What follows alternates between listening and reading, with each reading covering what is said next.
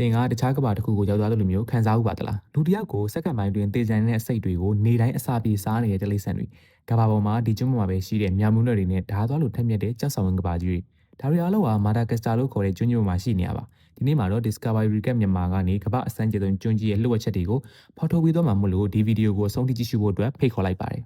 မာဒါဂက်စတာလို့ခေါ်တဲ့ဒီကျွန်းကကမ္ဘာကြီးနဲ့အဆက်အသွယ်ဖြစ်နေခဲ့တာနှစ်ပေါင်း150ကျော်ရှိပါပြီ။ဒီလောက်ကြာတဲ့အချိန်ကာလမှာဒီကျွန်းပေါ်ကသတ္တဝါတွေကကမ္ဘာပေါ်ကတခြားနေရာတွေနဲ့မတူဘဲနဲ့တီးတန့်ခွဲထွက်ပြီးစင်ကဲပြောင်းလဲလာခဲ့တာဖြစ်ပါတယ်။ပြောရမယ်ဆိုရင်ဒီကျွန်းကကမ္ဘာကြီးရဲ့တီးတန့်တက်ခွဲခန်းတစ်ခုလိုပါပဲ။ဒါပေမဲ့ဝမ်းနည်းစရာကောင်းတာကဒီအဖိုးတန်ယတနာတွေရဲ့90%ကပျက်စီးဖို့အတွက်အရန်နီးစပ်နေပါပြီ။အရင်ဆုံးကျွန်တော်တို့ရဲ့ခီးစဉ်ကို Ranoma Fana လို့ခေါ်တဲ့မိုးတစ်တော်ကနေပြီးတော့စတင်လိုက်ရအောင်။ဒီနေရာကဆွတ်ဆွတ်ထိုင်မှန်ပြီးတော့တက်ရှိပေါင်းစုံပုံအောင်နေတဲ့နေရာဖြစ်ပါတယ်။ဒီတောနဲ့ထဲမှာမာဒါဂက်စတာရဲ့အထင်ကရဇက်လိုက်ကြော်တွေဖြစ်တဲ့လီမာမြောက်တွေကိုစတင်တွေ့မြင်ရမှာပါ။သူတို့ကမြောင်မျိုးနွယ်ဝင်တွေဖြစ်ပေမဲ့ဒီကျွန်းမှာပဲရှိတဲ့ထူးခြားတဲ့မျိုးစိတ်တွေဖြစ်ပါတယ်။လီမာမျိုးစိတ်ပေါင်း100ကျော်ရှိတဲ့အထဲမှာတစ်မျိုးနဲ့တစ်မျိုးအမူချင်းမတူကြပါဘူး။တချို့ကနေဘက်မှာတော်လာတပြီးတော့တချို့ကတော့ညဘက်မှာရှင်းတဲ့ကျစားလေးရှိပါတယ်။သူတို့ရဲ့ဖက်လက်မှုနဲ့တစ်ပင်ကူးနိုင်တဲ့စွမ်းရအံ့ဩစရာကောင်းတယ်ဆိုပေမဲ့ဒီတောနဲ့ထဲမှာကျွန်တော်တို့တွေ့ရမယ့်လီမာတစ်မျိုးကတော့ပို့ပြီးတော့အံ့ဩစရာကောင်းပါတယ်။ဒါကတော့ Greater Bamboo လီမာပဲဖြစ်ပါတယ်။မြန်မာလူဆိုရင်တော့ဝါးစားလီမာကြီးပေါ့နော်သူတို့ကြည့်လိုက်ရင်အေးစစ်စစ်ဝါးပင်တွေစားနေတာကိုတွေ့ရတယ်ဆိုပေမဲ့သတိထားကြည့်လိုက်တယ်ဆိုရင်တော့သူတို့စားနေတဲ့ဝါးပင်တွေထဲမှာ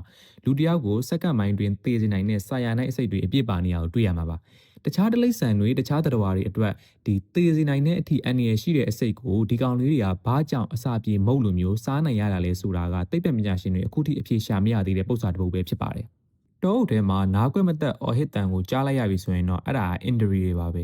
သူတို့ကမာဒါဂက်စကာရဲ့အကြီးဆုံးလီမာတွေဖြစ်ပြီးတော့သူတို့ရဲ့အော်တန်ကီလိုမီတာတော်တော်များများအထိဟိန်းထွက်သွားကြပါတယ်။အဲ့ဒီအတန်ကသူတို့ရဲ့မိသားစုနေမျိုးကိုကြီးညာနေတာဖြစ်တယ်လို့တောအုပ်ကြီးရဲ့တက်ရှိထင်ရှားဂီတတစ်ခုလည်းဖြစ်ပါတယ်။အင်ဒရီလီမာရဲ့အော်တန်ဟာတောအုပ်တစ်ခုလုံးကိုတုန်ခါသွားစေပါတယ်။ဒါပေမဲ့သူတို့ကအတန်ကျုံနေမဟုတ်ပါဘူး။ဒေသခံမာလာဂါစီလူမျိုးတွေအတွက်တော့သူတို့ကဘာဘာကိုတိုလို့ခေါ်တဲ့မြင့်မြတ်တဲ့သတ္တဝါတွေပါ။မြန်မာလူဆိုရင်တော့လူသားရဲ့အဖေတို့အတိတ်ပဲရပြီးတော့သူတို့ကိုတက်ဖြတ်ဖို့နေတဲ့တာထိကန်အောင်လုပ်ဖို့တောင်မှဒေသခံတွေကစိတ်မကူးကြပါဘူးကောင်းတဲ့ဘက်ကအကြည့်မယ်ဆိုလို့ရှိရင်တော့ဒီလိုရှေးရိုးဆွဲယုံကြည်မှုတွေကြောင့်ပဲအင်ဒရီတွေဟာလူသားတွေရဲ့ရန်ကနေပြီးတော့ကာကွယ်ပြီးသားဖြစ်နေခဲ့တာပါကျွန်တော်တို့အရှိတ်မိုးတစ်တော်တွေကနေထွက်ခွာပြီးတော့အနောက်ဘက်ခြမ်းကိုတွားကြည့်မယ်ဆိုလို့ရှိရင်တော့အရှုခင်းတွေကလုံးဝပြောင်းလဲသွားပါပြီ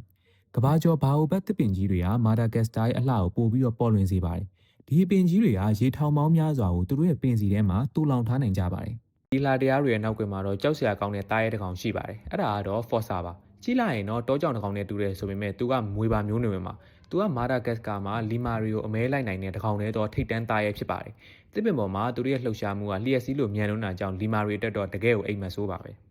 အခုလူကြီးမင်းတို့မြင်နေရတာကတော့ကမ္ဘာပေါ်မှာအထူးခြားဆုံးနေရာဖြစ်တဲ့စင်ကီပဲဖြစ်ပါတယ်စင်ကီဆိုတဲ့အဓိပ္ပာယ်ကမြန်မာလူဆိုရင်တော့ခြေပြားထောက်လျှောက်ရတဲ့နေရာလို့အဓိပ္ပာယ်ရပါတယ်ဘာကြောင့်ဒီလိုမျိုးနာမည်ပေးရလဲဆိုရင်တော့ဒီမှာရှိတဲ့ထုံးကြောက်တောင်တွေကဓားသွားလို့ထက်မြက်နေလို့ပဲဖြစ်ပါတယ်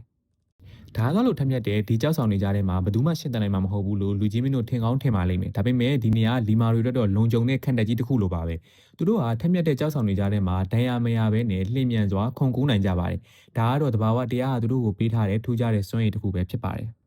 ပေါတင်ညိုတို့ဤမြို့တော်မာဒါဂက်စကာဟာပေါတင်ညိုရဲ့မြို့တော်လို့ပြောလို့ရပါတယ်ကမ္ဘာပေါ်မှာရှိတဲ့ပေါတင်ညိုမျိုးစေ့အားလုံးရဲ့တဝက်နီးပါးကိုဒီကျွန်းမှာပဲတွေ့နိုင်လို့ပါသူတို့ရဲ့မျိုးလုံးတွေကတစ်ဖက်စီကိုတီးခြားစီလှည့်ကြည့်နိုင်ပြီးတော့360ဒီဂရီပတ်လည်ကိုလည်းမြင်နိုင်စွမ်းရှိပါတယ်သူတို့ရဲ့အကြောင်းပြောင်းလဲမှုကရန်သူရန်ကနေပုံကွယ်ဖို့နေမဟုတ်ဘဲနဲ့သူတို့ရဲ့စိတ်ခံစားချက်နဲ့အပူရှင်ကိုဖော်ပြဖို့အတွက်လည်းအကြောင်းပြောင်းလဲကြပါတယ်ဒီကောင်လေးတွေရဲ့အမဲလိုက်ပုံကလည်းအံ့ဩဖို့တော်တော်ကောင်းပါတယ်သူတို့ရဲ့ရှာခန္ဓာကိုယ်ထက်2ဆလောက်ပိုရှည်သွားပြီးတော့စက္ကန့်ပိုင်းအတွင်းမှာပဲပြစ်မှတ်ကိုဖမ်းယူနိုင်ပါတယ်ပေါတင်ညိုတကောင်ရဲ့ရှာကကားတစ်စီးက3ညကနေတနာရီမိုင်60အထိအချိန်မြင့်တာထက်ပိုမြန်တဲ့အချိန်နဲ့ဒီတားကောင်ကိုဖမ်းယူတာပဲဖြစ်ပါတယ်နေဝင်သွားတဲ့အခါမှာမာဒါဂက်စကာနောက်ထပ်ကဘာတစ်ခုပုံစံကိုပြောင်းလဲသွားပါတယ်ညဘက်မှာအစာရှာထွက်တတ်တဲ့ဒီ mouse လီမာလိုမျိုးတတဝါလေးတွေကိုတွေ့ရမှာပါသူတို့ကကဘာပေါ်မှာအသေးဆုံး primate မျိုးနွယ်တွေဖြစ်ပြီးတော့လက်ပွားထဲထည့်ထားလို့ရတဲ့အထိသေးငယ်ကြပါတယ်အခုကျွန်တော်တို့မြင်နေရတာကတော့ Sifaka လီမာတွေပဲဖြစ်ပါတယ်သူတို့ကတစ်ပင်ပမာနေမဟုတ်ဘဲနဲ့မြေပြင်ပေါ်မှာပါအရန်ကိုထူးခြားတဲ့တတဝါတွေပါမြေပြင်ပေါ်မှာသွားတဲ့အခါသူတို့ကလက်နှစ်ဖက်ကိုမြှောက်ပြီးဘေးတိုက်ခုံဆွနဲ့သွားတတ်တာကြောင့်သူတို့ကို Sifaka the Dancer ကချေတဲ့လီမာလို့လည်းလူသိများပါတယ်သူတို့ရဲ့လှုပ်ရှားမှုကတော့အရန်ကိုအမှုပညာဆန်လှပါတယ်ဒီလိုမျိုးခုံပြီးသွားတာကသူတို့အတွက်တော့စွမ်းရည်ကိုအကျိုးရှိသုံးဆွဲတာဖြစ်တယ်လို့မျိုးရန်သူရန်ကနေလည်းမြန်ဆန်လွတ်မြောက်နိုင်မှုအတွက်အကူအညီပေးပါတယ်မာဒါဂက်စကာရဲ့6သူတဲ့တောအုပ်တွေထဲမှာဒီလိုကျွမ်းကျင်တဲ့လှုပ်ရှားမှုတွေကသူတို့ရဲ့ရှင်သန်မှုအတွက်တော့အရန်ကိုအဓိကကြပါတယ် အခုကျွန်တော်တို့မြင်တွေ့နေရတဲ့အဖြူအောင်တော်ဝါလေးကတော့စစ်ကီစဖာကာလို့ခေါ်တဲ့အကောင်လေးတွေပဲဖြစ်ပါတယ်သူတို့ရဲ့နူးညံ့ဖြူဖွေးနေတဲ့အမွှေးမြင်တွေကြောင့် The Angel of the Forest တောအုပ်ရဲ့နှစ်သမီးလို့တင်စားခေါ်လေးရှိပါတယ်သူတို့ကမာဒါဂတ်စကာရဲ့မြောက်ဘက်ခြမ်းကတောင်ကုန်းမြစ်မိုးတစ်တော်အနှင်းငယ်မှာပဲကြန့်ရှိတော့တဲ့အလွန်ရှားပါတဲ့မျိုးစိတ်တွေပဲဖြစ်ပါ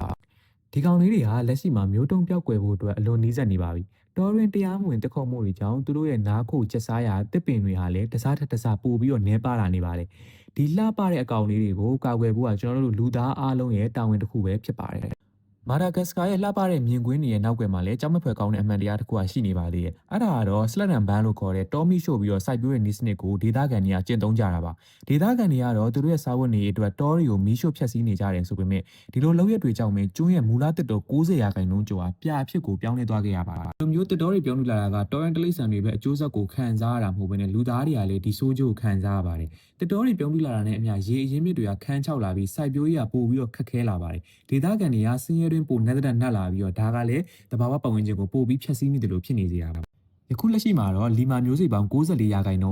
မျိုးတုံးပြောက်ကွယ်ဖို့အတွက်အလွန်နီးစပ်နေပါပြီကျွန်တော်တို့အစောပိုင်းမှာမြင်ခဲ့ရတဲ့ဝါဆာလီမာတွေအင်ဒရီတွေနဲ့နတ်သမီးလေးလိုလှတဲ့စီဖာကာတွေကမကြခင်မှာပဲဒိုင်လွန်ဆောတွေလိုဓာတ်ပုံထဲမှာပဲကျင်ရတော့မယ့်အခြေအနေပါသူတို့ရဲ့အင်္ဂါကိုဖျက်ဆီးတာဟာသူတို့ရဲ့အနာဂတ်ကိုတတ်ဖြတ်နေတာနဲ့အတူတူပါပဲဒါပေမဲ့မျှော်လင့်ချက်ကတော့ရှိနေသေးပါဂျိုနာရက်ဆန်ဘာဆာဘီလိုမျိုးဒေတာကန်ပညာရှင်တွေကဒီတရဝါလေးတွေကိုကာကွယ်ဖို့အတွက်သူတို့ရဲ့ဘဝကိုပုံအောပေးထားပါတယ်သူတို့ဟာဒေတာကန်လူထုကိုပညာပေးပြီးတောကိုမဖျက်ဆီးဘဲနဲ့ခီးသွွားလုပ်ငန်းနဲ့ဘလို့ဝင်ငွေရှာရမလဲဆိုတာတွေကိုလည်းလက်တွေ့သင်ကြားပေးနေပါလားမာဒါဂတ်စကာဟာကျွန်းနေကျွန်းနေမဟုတ်ပါဘူးကဘာမီရဲ့အစားထိုးလို့မရတဲ့ရတနာတစ်ခုလည်းဖြစ်ပါတယ်ဒီကျွန်းရဲ့လှုပ်ဝက်ဆောင်းလျှောက်တွေကကျွန်တော်တို့ရဲ့အကူအညီကိုလည်းလိုအပ်နေပါတယ်တဘာဝတရားကိုချစ်မြတ်နိုးခြင်းကသာဒီကဘာတစ်လေးကိုနောက်မျိုးဆက်တွေအတွက်ထိမ့်သိမ့်ပေးနိုင်မှာဖြစ်ပါတယ်ဒီနေ့တင်ဆက်ပေးခဲ့တဲ့မာဒါဂတ်စကာကျွန်းရဲ့အကြောင်းအရာတွေကိုသဘောကျမယ်လို့မျှော်လင့်ပါတယ်။လူကြီးမင်းတို့အနေနဲ့ဒီလိုထူးဆန်းတဲ့သတ္တဝါတွေထဲမှာဘယ်အကောင်ကအစ်စ်အဆန်းဖြစ်မလဲပြီးတော့ဘယ်အကောင်ကိုအကြိုက်ဆုံးဖြစ်မလဲဆိုတာ comment မှာရေးပြသွားခဲ့ပါဦး။ဗီဒီယိုကို like လုပ်ဖို့နဲ့နောက်ထပ်စမ်းပြတဲ့ Discovery အကြောင်းအရာတွေဗဟုသုတတွေကိုလက်မလွတ်ရအောင်လို့ Discovery Recap မြန်မာကို subscribe လုပ်ထားဖို့မမေ့ပါနဲ့။ကြည့်ရှုပေးခဲ့တဲ့အတွက်အထူးပဲကျေးဇူးတင်ပါတယ်။နောက်ဗီဒီယိုမှာပြန်လည်ဆုံတွေ့ကြပါမယ်ခင်ဗျာ။